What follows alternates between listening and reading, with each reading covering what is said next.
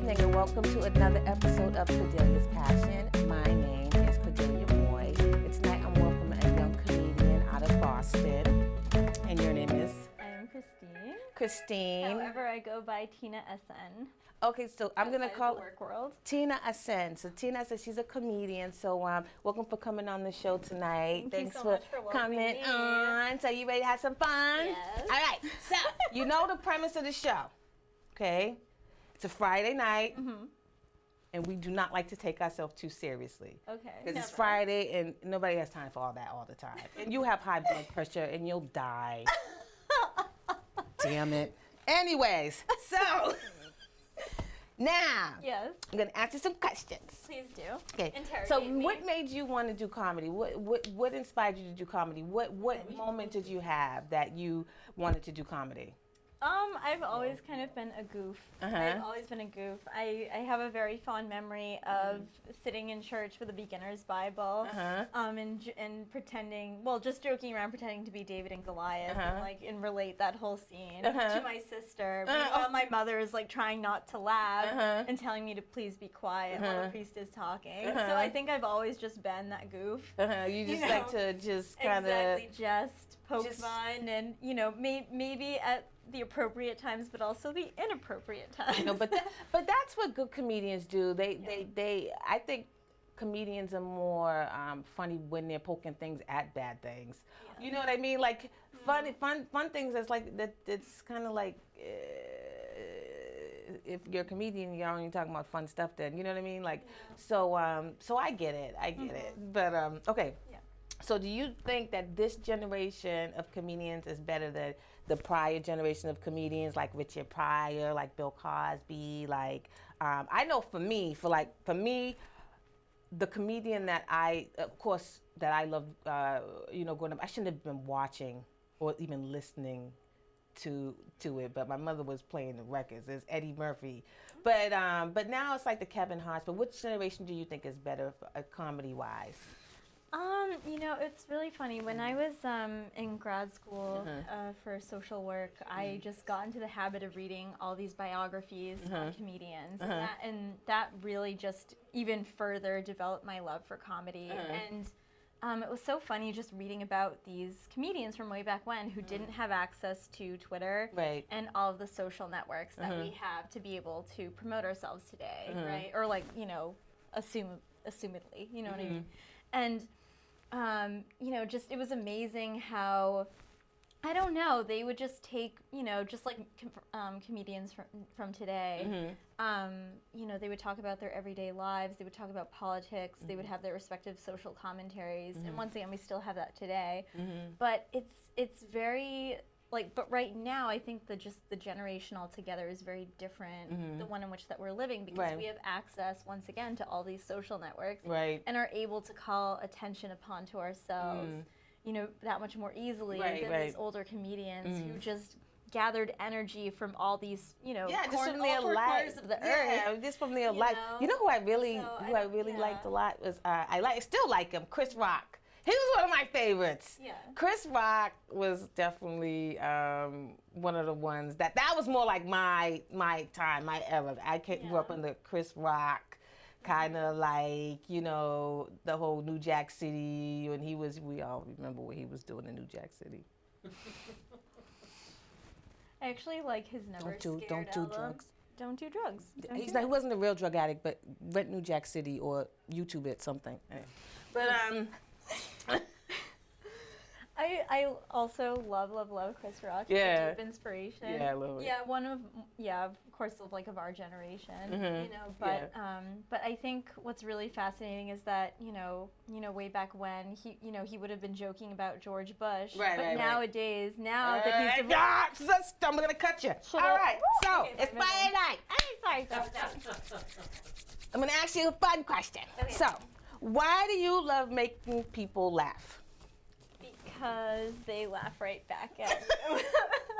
Or they try not to laugh, and you're just sort of like, wait, what can I do to actually get the laugh out of you? Right. I'm going to succeed. Right. It's timing. And plus, comedy's timing. Like, it's all about, like, I don't know. I just like I said, I'm not a comedian. You know what I'm saying? But I'm thinking with comedy, it's all about timing. Yeah. You know what I mean? And like just watching, like great comedians have great timing. You know, and I like Dave Chappelle. When he had a skit one time, he had this movie called Block Party, and he was at the thrift store playing the piano, and he said like comedians are like musicians. They have this thing for timing. You know, and you got to know when to, you know, come in. You got to, I don't know, you know, but, all right.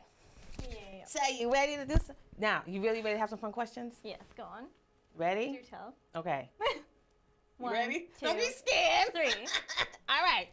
Now, I'm going to hit you with some rapid fire questions. Okay. Fun. Okay, go. Ready? Number 1. All right. First time you got your hair done at the hair salon, how did you feel? I felt great. Mm-hmm. Who took you? I don't remember actually. You just went. I mean, just like, I don't know. Did you cut it? Did you wash it? Did you straighten it? What did they do? I don't remember like specific details. I would just do that. What? I don't know. Oh God, we gotta get her one of those people, so we can get her to remember where she was, and you got her resume. All right, so we got all right. Favorite hip hop track. Favorite hip hop track? Oh, it would definitely be from the Miseducation of Lauryn Hill. Lauryn Hill. Love Miss Hill. Yeah, that's great. That's a good one. Okay. What superhero pajamas did you have as a kid? Oh gosh. I didn't have any superhero ones. However, Mickey or Minnie, I would have. I was much more of a Disney fan. Oh no, someone. That's it. No, someone out there get her some Mickey Mouse pajamas, do it please. Now. Do it. We got to make up for her childhood. She doesn't remember her hair getting done. She don't remember she didn't get her pajamas. Oh. God. Definitely a comedian. We gotta get this. Someone donate some Mickey. I'm asking for donations. I'm being real ratchet right now and asking for donations for Mickey Mouse pajamas for Christina. Go on. Now, what is your favorite? This is one of my favorite questions, so I'm gonna ask you. Okay, what is your favorite backyard barbecue song? Keep it a limit to 2, because everybody likes to run along with this question. I just want like 1 or 2 of your favorite backyard barbecue songs. Oh God, probably not typical ones from here. That's all right. Probably like cumbia stuff. Okay. From the homeland. Okay. Corazón Serrano is really popular. Okay. Yeah. And then also Grupo Cinco. They're just like Grupo 5? yeah. I know how to speak a little Espanol. Oh, hey. Oh, okay. You're bilingual. What do you not do? What do you not do? Get you Mickey Mouse pajamas. Oh God! But I'm gonna make that happen hold it soon. Over my head for the rest of my life. No, I'm gonna get you some free ones. I'm trying to hustle you some free ones. Okay, but if you keep doing it, we're gonna get like over 100. Yes, then we can donate them. Okay, that sounds This is good. it, right? Okay, so let's go on. Yeah. Favorite hangover food? Favorite hangover food? Eggs. Eggs. Yeah. Answer. Yeah, I know. We're just because is it even? Do we even ask that question? No, because sometimes it's eggs and people like different things. You know what I mean? Like capfuls of Gatorade. Yeah, something. Yeah, exactly. You know what I mean? I used to like cheeseburgers, but I don't do that. I don't do that anymore. Yeah, So now it's more like, I don't know, like a lot of aspirin or something. Yeah. And I'll just pick up whatever's in the refrigerator. I don't know. Exactly. I'm too old for that crap. I know. For me, it's just prayer. It's don't throw up. Yeah. All right. So, I always ask everybody, because everybody comes on the show, and I'm always like, you know, tell me something. Tell me something. Tell me something. Tell me something. I'll tell you something. Tell me. Someone told me that I don't wear skirts. Right? So, tonight I'm wearing a skirt. Person who says I don't wear skirts, commentator. So check out this. Check out these legs. You're not gonna see it. Check out these shoes. You're not gonna be seeing these. These going into hibernation after tonight. I don't want to hear nothing else. I just gave you my most hood. You're not getting this again. Okay, now. That's a crime against humanity. Go on. I like it. I like all of it. Thank you.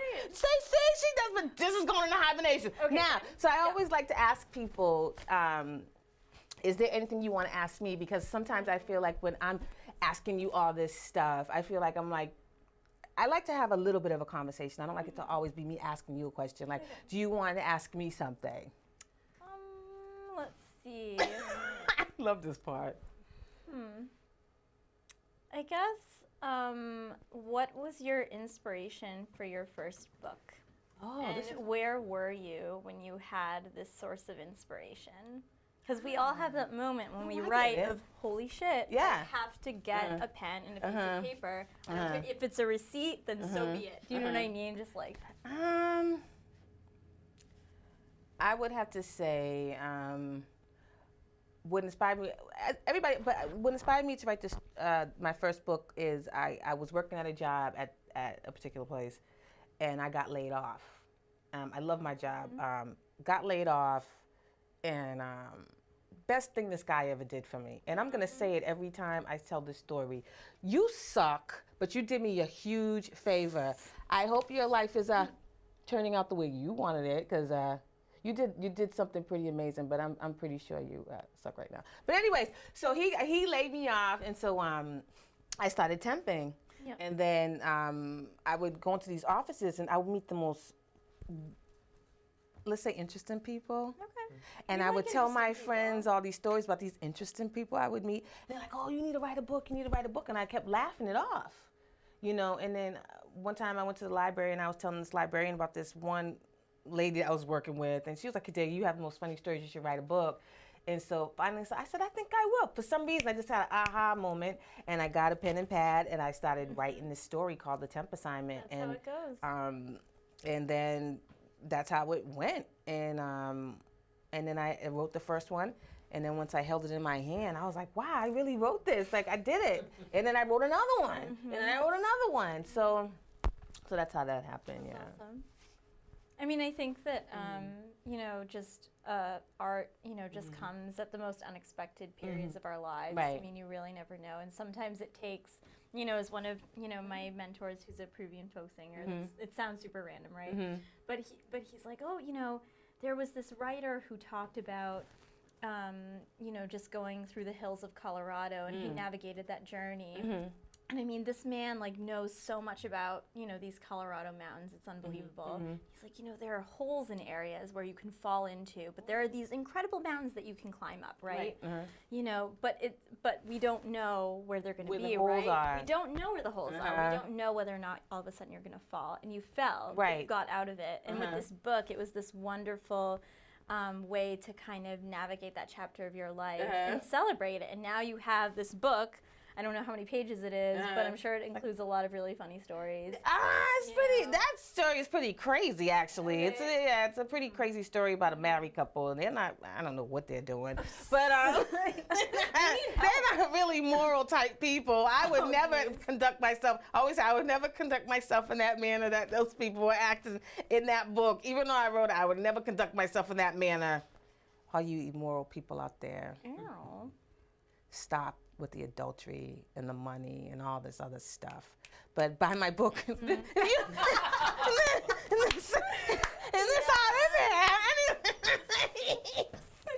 So let everybody know how they can find you on social media. How can they? Where can they go to get your show and what? Yeah, give them all the information. You go shoot at the hip. I'm gonna shut up. Sure. Okay. Tina SN, that's my Twitter account. And then also I will be performing tomorrow night at the Arlington Arts Center. And that will start at 8 o'clock. So please come by. And otherwise, let's see, just like, you know, I just kind of set dates as they go. But you'll see all of that on my Twitter. You're on Twitter? Okay. Yeah. All right. Well, thanks for having. Thanks for coming on. Thank you for joining me. Thanks. Thanks for coming on. I wish you all the best. Oh, thank all you the so best. much. And, likewise. thank With your you. married couple. Oh yeah. And other twisted characters of your books. Oh yeah. I got some more in my head. Yes. But I want to thank you for coming on, and I want to thank everybody for joining us tonight for another episode of Cordelia's Passion. And good night. And it's Friday. Don't take yourself too seriously. All right. So, Ricardo, I'm just going to be really honest with you. Here are my fears. Can I once again just, just coffee, lady?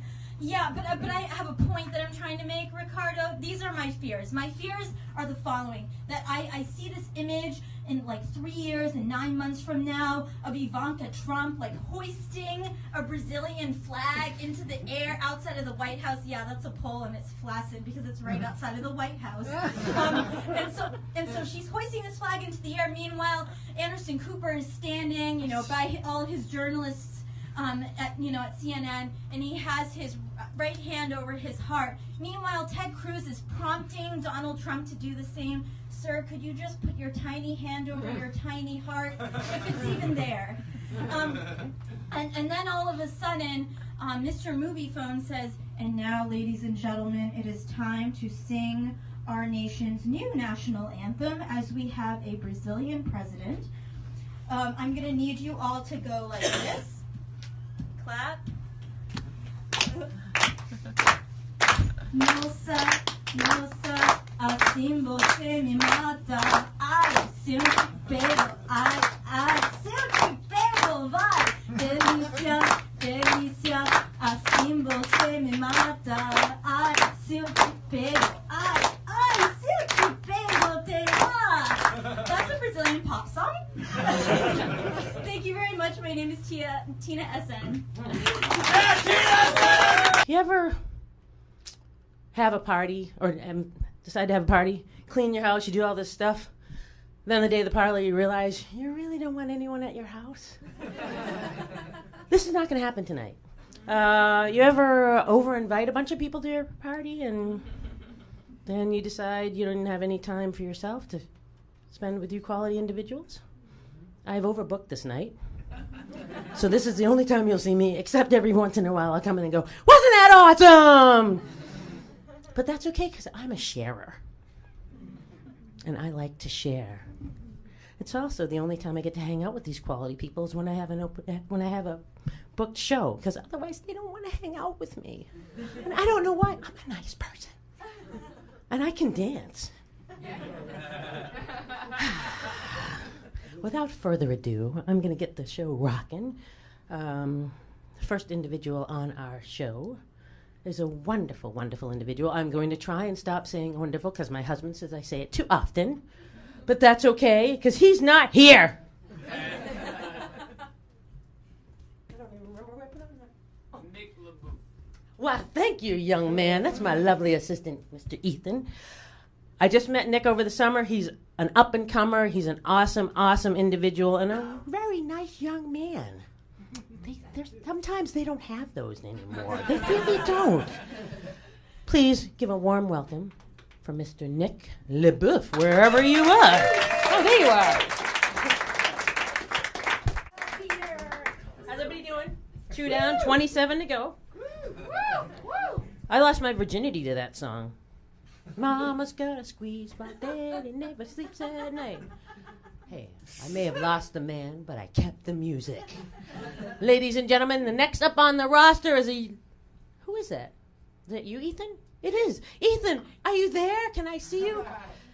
His name is Ethan Diamond, and he's as shiny and as sharp as a piece of precious gem. Give it up.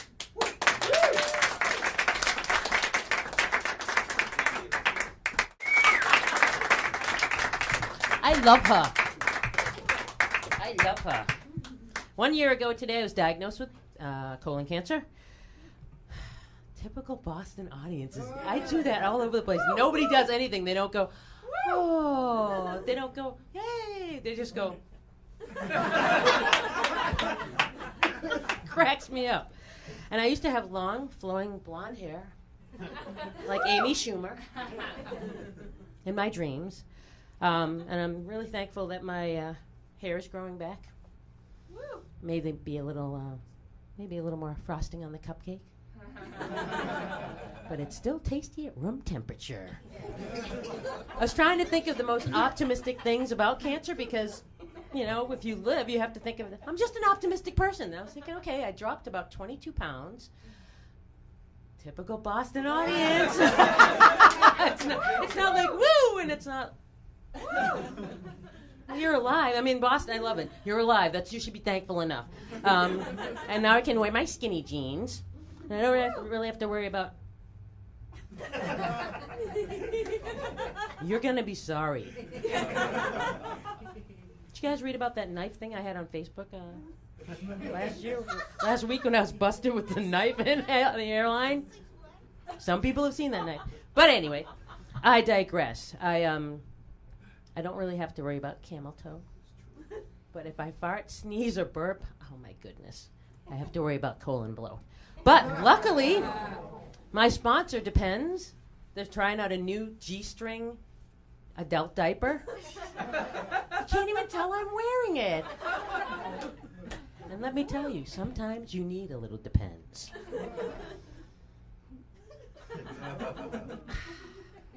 I feel so much better now. Our lady of the night that's coming up, she's not a lady. Well, depends on how you look at it. We'll go there later. She's a wonderful lady, and she's here tonight. My friend and a fabulous, fabulous, fabulous funny lady. Her name is Alana Susko.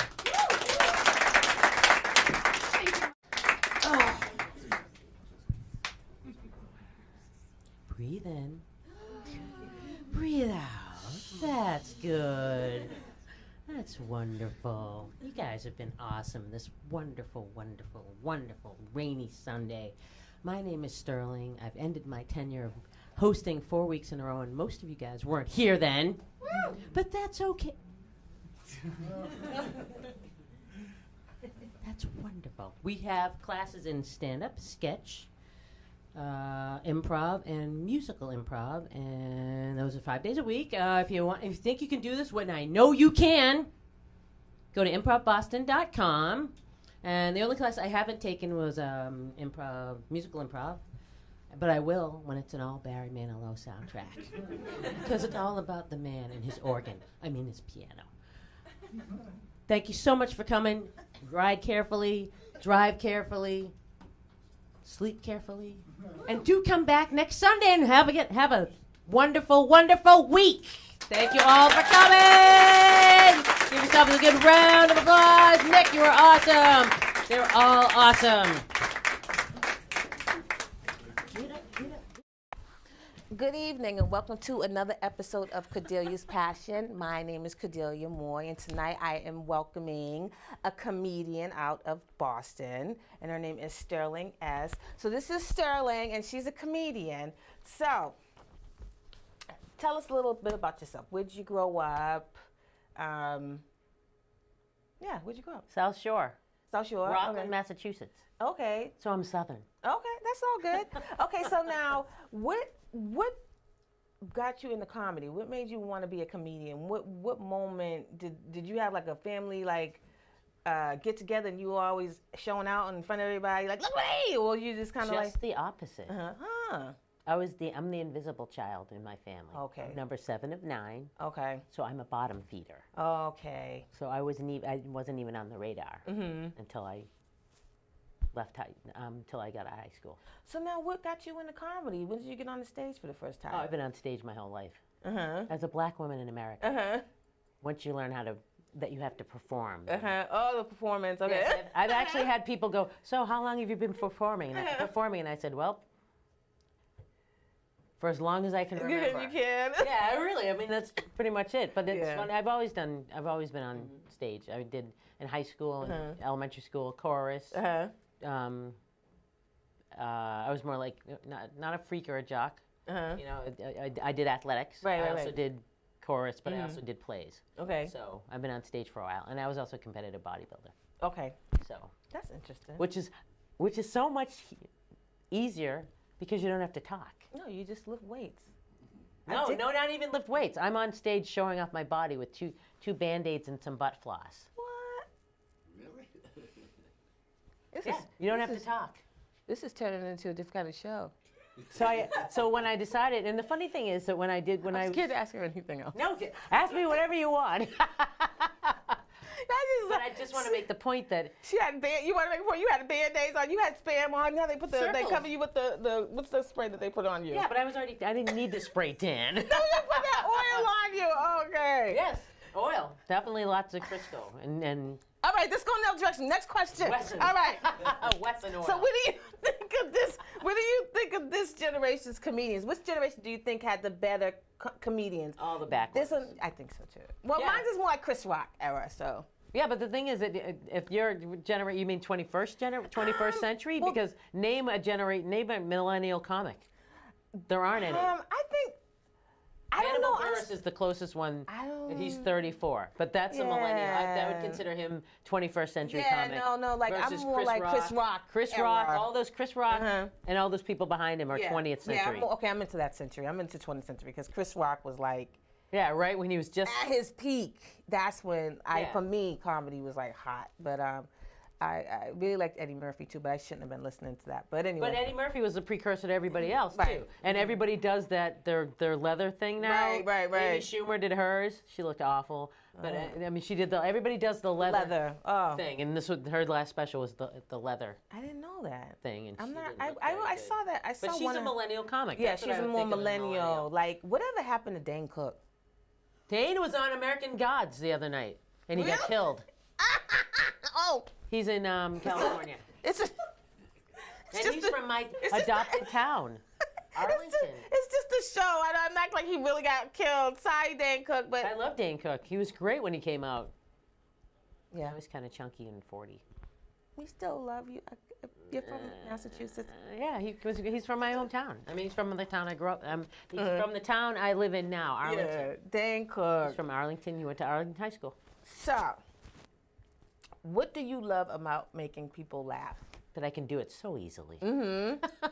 Okay. I can. I'm very. You name anybody. I mean, I can talk a snake into buying a winter coat. I was in Tennessee a couple of years ago, and I walked into a bar with two white friends, and by the end of it, we were all yucking it up. Yeah, why not? Like, laughter is universal. Laughter is what you need. Laughter is like music. Music and laughter are like, I think that's the key to life. You got to have humanity. If you don't have either one of those, you're not a fully developed individual. You're not. You got to have music and you got to have laughter and you got to have some wine. Some red, in that order. Wine. Either red or white. Good. That's all I condone. That's all I condone. Is red wine or white wine. Every other thing that people are into, I do not condone. I do condone wine. Why? Because what were the first two beverages ever? Water and wine. There was no other things. Stick with the program, people. Anyway. White wine. Drink. Yeah. Yeah, that's it. So, now, that leads to another question. Okay. Right. So, you know the premise of the show, right? It's Friday night. Right? Just got paid. Right? So, we don't take ourselves too seriously on a Friday. No. So, get ready for some fun questions. You ready? Go for it. All right. So, I'll take you around three. I'm gonna backtrack to what we did to that last little yeah. So, what is your favorite hip hop track? Summertime. That was quick. Will Smith. Yeah, I was listening. What was your first superhero pair of pajamas? That's hilarious. You had to have a pair of pajamas. No, are you kidding? I'm number 7 and 9. Pajamas? I was lucky if I got a beat up T-shirt from my older brother. You guys are killing me tonight. Nobody got the pajamas. No pajamas. I work for people who have pajamas they change every night of the week. You guys are killing me. I got one pair of pajamas per year until I was 18. And then I went and bought my own. And now pajamas are a T-shirt and a pair of underwear. Okay, I can't beg for no more free stuff. I can't beg for any more free stuff. Superhero pajamas? I can't. Okay. How many superhero pajamas did you have? Man, I had the Wonder Woman. little, like, they had like the little, when you growing up, they had like the little fake little bra training thing. Oh yeah, yeah. So I like a had tank that. top. Well, you're lucky. Oh my God. How many of there are you? Well, it was to start. I was meeting my older sister, so it was just two of us at the time. Now there's 4, right? But at the time there was 2. But yeah, I had like the Wonder Woman. Yeah, so that Wonder Woman was my girl. Double that up and add 2 more, and that's my family. Oh There were no God. pajamas. There were no pajamas anywhere. Get you some pajamas. I got a bag. We were so poor we couldn't afford pajamas. No, I can't Wife beg had to roll her I own can't beg cigarettes. anymore. You guys are gonna think I'm hustling for free pajamas on here. All right. So, what is your favorite backyard barbecue song? Did we already go through that? Limited to. Oh no, your favorite backyard barbecue song. Oh, backyard barbecue would be And I had an answer for this, but then I lost it. Anything by Janet. Janet. Or Prince. Oh, Prince. That's a good one. All That's right. my soundtrack. What is your favorite hangover food? Pancakes. Pancakes. That's a good answer. Never mix tequila and champagne. No. No. No bad things will happen. Don't do that. No bad things will happen. Especially on your wedding night. No. You might end up When the bed goes, when you get the spins. No. And my husband is like, what's going on? I'm like, this is great, because I love roller coasters. I was like, wee! No. And then I said, are you done yet? Oh, God. We got married on our 15th anniversary. I'm sorry, husband. Oh, he's fine. Yeah, I'm pretty sure you are. She's just having fun. But don't mix Tequila and champagne, never. All right. So. Can I do a plug? Yeah, go ahead. StirlingStandsUp.com with 2 I's, Okay. not 1. Sterling, 2 I's. All right, and so when's your next show? Tomorrow. And then, ACA, but this won't be aired until. but like, do you have any other ones coming up besides? Always. StirlingStandsUp.com. Just look on there. It's got everything. Okay. 2 I's. Now, are you on Twitter?